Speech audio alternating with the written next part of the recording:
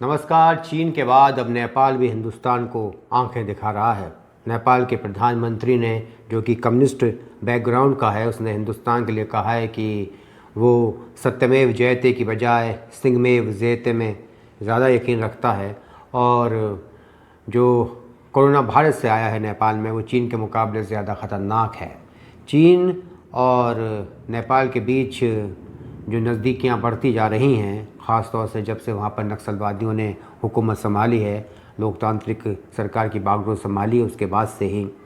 और नेपाल और भारत के दरमियान वैसे तो कोई ख़ास तनाव नहीं रहा है, लेकिन अक्सर नेपाल काला पानी क्षेत्र, जो कि उत्तराखंड के पिथौरागढ़ में आता है, उसे लेकर अपना दावा करता रहा है।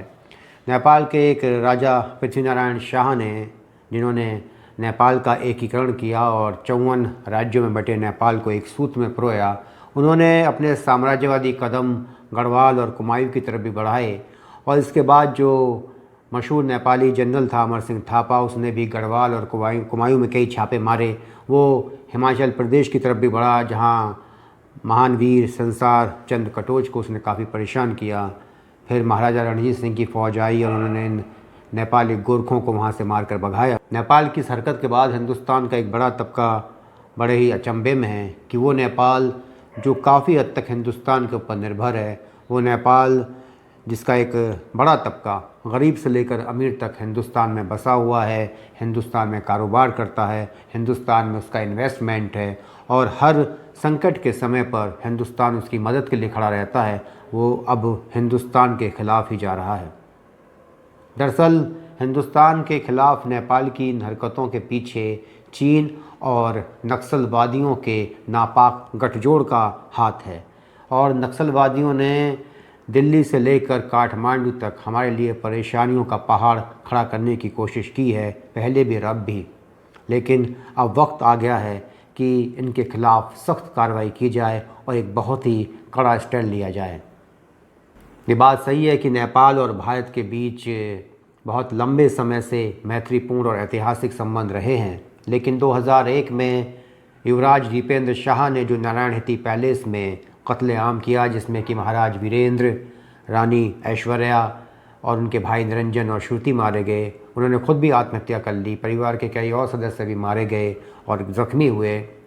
उसके बाद से तमाम हालात परिवर्तित हो गए हैं। नेपाल की राजगद्दी पर ज्ञानेंद्र और पारस, उनके जो बेटे हैं, उनका कब्ज़ा हो गया और ये बड़े अचंभे की बात है और यकीनन किसी साजिश की तरफ इशारा करती है कि जिस रोज़ ये कत्लेआम हुआ, वहाँ पर ज्ञानेंद्र मौजूद नहीं थे, वहाँ पर युवराज पारस मौजूद नहीं थे और जो इनकी पारस की माँ और राजकुमार ज्ञानेंद्र की जो महाराज हैं, उनकी पत्नी थी कोमल, वो भी इस भीषण हत्याकांड में बचने में कामयाब रही। तो कोई सामान्य समझ का व्यक्ति भी इस बात को बेहतरीन तरीके से बता सकता है, समझ सकता है कि इस षड्यंत्र के पीछे किसका फ़ायदा था, किसका हाथ हो सकता है। और यही वजह है कि ज्ञानेंद्र का और उनके बेटे का जो रुख है, वो हमेशा हिंदुस्तान के ख़िलाफ़ रहा है। बहरहाल अब वहाँ राजतंत्र की कोई ख़ास अहमियत भी नहीं बची है। नेपाल में से मोनार्की को ख़त्म कर दिया गया है। लेकिन अफसोस की बात यह है कि जो सत्ता लोकतंत्र के नाम पर सही मायनों में जनता के हाथों में जानी चाहिए थी, वो धूर्त, पाखंडी और मक्कार नक्सलवादियों के हाथों में चली गई है। नेपाल की भोली भाली जनता, जिसे लोकतंत्र का कोई ख़ास लंबा अनुभव नहीं है, वो इन फरेबियों के फरेब में फंस गई है। यूँ तो महाराजा वीरेंद्र ने जनता के प्रदर्शन के दबाव में 1990 में ही नेपाल में लोकतंत्र को अनुमति दे दी थी और वो एक संवैधानिक प्रमुख के तौर पर आसीन हो गए थे। लेकिन बावजूद इसके वीरेंद्र शाह ने अपनी काबिलियत, अपनी दूरंदेशी से चीन, नक्सलवादियों, इन तमाम लोगों के कदमों को वहाँ पर रोके रखा। पाकिस्तान और आईएसआई को वहाँ दखल देने से हमेशा रोके रखा। लेकिन 2001 में, जैसा कि पहले कहा, जो कत्लेआम हुआ, उसने किसके हितों की पूर्ति की, ये बताने की ज़रूरत नहीं है। उसके बाद से ही तस्वीर बदल गई है। नेपाल और भारत के दरमियान संबंधों में खटास का अध्याय तभी से शुरू हुआ है। दरअसल पाकिस्तान को छोड़कर हिंदुस्तान के तमाम पड़ोसी मुल्कों के साथ बड़े बेहतर संबंध हैं। चीन जो श्रीलंका में एंट्री करने की कोशिश कर रहा है, वहाँ भी उसके मकसद को कोई ख़ास कामयाबी नहीं मिली है, क्योंकि वहाँ की जनता और वहाँ का जो राजनीतिक नेतृत्व है उसमें चंद लोगों को छोड़ दिया जाए तो उनका झुकाव कहीं ना कहीं हिंदुस्तान के प्रति है। इसके अलावा जो और दूसरे पड़ोसी देश हैं, मसलन भूटान, उसका तो हमें इतना समर्थन प्राप्त है कि उसकी तरफ से हमें यूएन में वोट करने का हक़ है।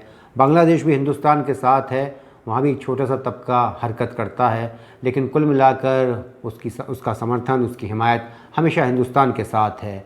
लेकिन नेपाल जो है वो हमारे साथ तो है, लेकिन चीन, पाकिस्तान सब उसे एक एंट्री पॉइंट बनाना चाहते हैं ताकि वो हिंदुस्तान के ख़िलाफ़ अपनी जो साजिशें हैं उसे कामयाब बनाने के लिए वहाँ से लोगों की एंट्री करा सकें और नेपाल को एक रणनीतिक साझेदार के तौर पर इस्तेमाल कर सकें।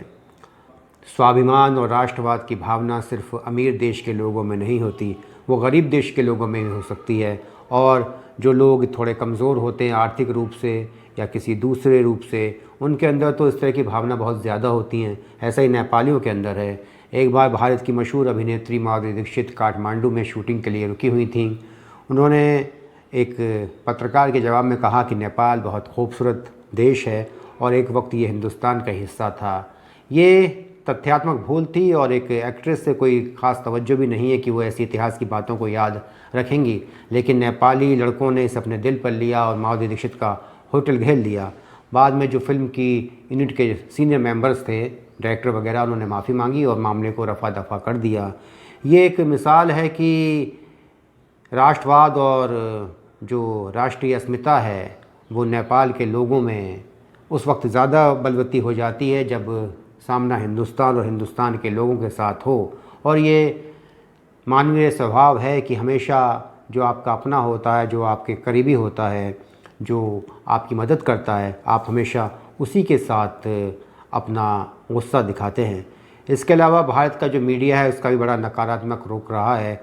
ख़ास तौर से कुछ मौक़ों पर जब नेपाल में भूकंप आया तो भारत की सरकार ने, भारत की जनता ने खुले दिल से नेपाल की मदद की और मीडिया ने इसे एक इवेंट के तौर पर बना दिया। अपने रिपोर्टर्स वहाँ भेज दिए, वो लगातार वहाँ से रिपोर्टिंग कर रहे हैं। माहौल ऐसा बना दिया कि नेपाल के लोगों में गुस्सा पैदा हो गया।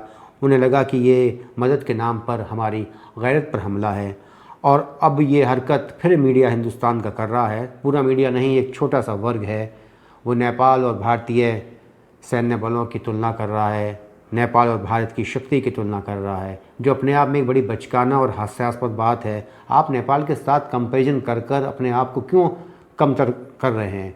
नेपाल नेपाल है, नेपाल की हिंदुस्तान के सामने प्यार प्रीत के आधार पर तो कोई हैसियत हो सकती है, वरना वो कहीं नहीं टिकता। इसलिए आप उसके साथ अगर अपना कंपैरिजन कर भी रहे हैं तो ये अपने आप में बहुत गलत बात है। नेपाल और भारत के दरमियान संबंध काफ़ी मजबूत हैं। वहाँ के बहुत सारे राज परिवारों की हमारे यहाँ के राज परिवारों में शादियाँ हुई हैं। हम दोनों देशों का धर्म एक है, परंपराएं एक हैं, जनता के दिल मिले हुए हैं। हिंदुस्तान के लोगों के लिए काठमांडू का पशुपतिनाथ मंदिर एक तीर्थ है, तो नेपाल के लिए तो पूरा हिंदुस्तान ही तीर्थ है। वाराणसी से लेकर हरिद्वार तक, तिरुपति से लेकर बालाजी तक, तमाम जो स्थान हैं वो नेपालियों के लिए बेहद पूजनीय हैं। इसलिए नेपाल और भारत को किसी भौतिक सरहद के दायरे में बांधना मुमकिन ही नहीं है।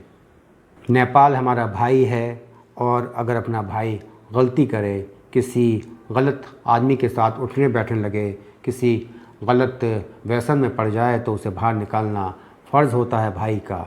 नेपाल धीरे धीरे ISI, पाकिस्तान, चीन, इन सब का पिट्ठू बनता जा रहा है, क्योंकि भारत विरोधी लोगों को एक एंट्री पॉइंट चाहिए, एक हिंदुस्तान के ख़िलाफ़ साजिश करने का अड्डा चाहिए। लेकिन नेपाल ज़्यादा दूर तक भारत के ख़िलाफ़ नहीं जा सकता, वो इसे अफोर्ड ही नहीं कर सकता।